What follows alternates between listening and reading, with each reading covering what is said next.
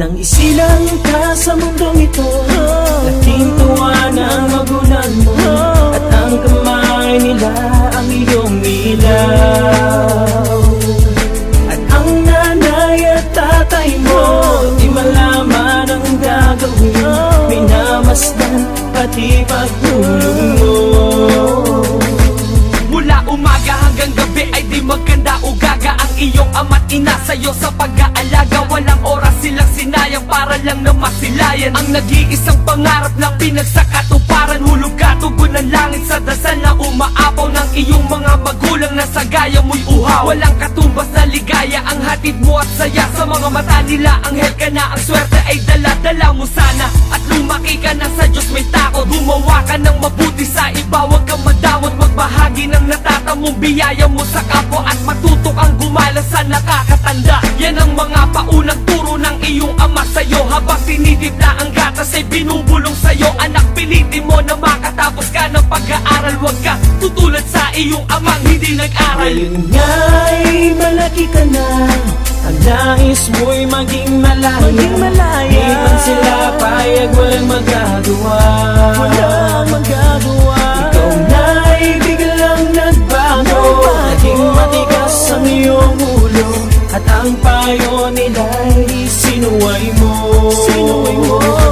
Bakit parang biglang nagbago ang ihip, daloy ng hangin, tila ba hindi pumapabor sa kanilang naisin na makita kang maayos na katulad ng iba? Maliban na mag-alala sa'yo ang iyong ama't ina, walang ibang tama sa'yo kundi ang baluktot mo katwiran. Ang mga sermon ng iyong inay hindi pinapakinggan, minsan ay hindi ka na umuuwi ng inyong bahay, at kapag sinisita nagdadabog ka sa iyong tatay na ilang gabing puyat sa kakahanap sa'yo upang maliyo ka lamang sa panganib sa tabi mo. Ikaw pa rin ang inaalala kahit may sakit ang asawa, dahil lang pananaw nila ikaw ang pinakamahalaga. Mahal na mahal ka ng iyong mga magulang, kapatid, nagbubulag-bulag ang baot, di mo lang nababatid. Ang siyang liwanag na iilaw sa iyong nilalakaran, at magiging susi sa maunlad mong kinabukasan. Nagdaan pa ang mga araw, at ang landas mo'y naligaw. Ikaw ay nalulong sa masamang bisyo,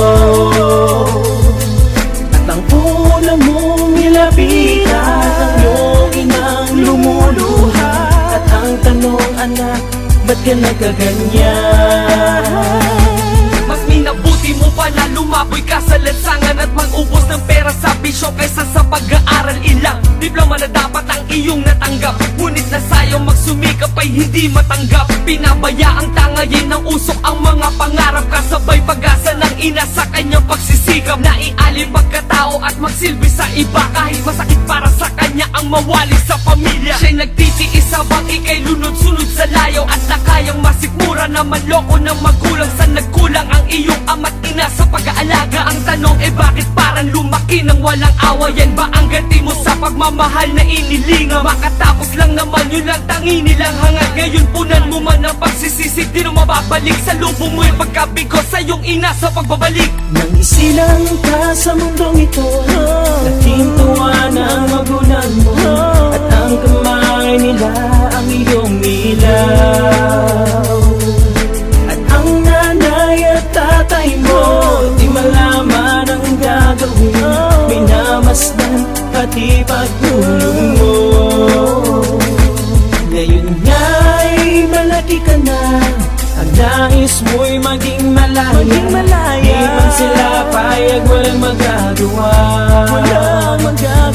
Ikaw na'y biglang nagbago, naging matigas ang iyong ulo, at ang payo nila'y sinuway mo. Nagdaan pa ang mga araw, at ang landas mo'y naligaw. Ikaw ay nalulong sa masamang bisyo, at ang una mong nilapitan ang iyong inang lumuluha. At ang tanong, anak, ba't ka nagkaganyan?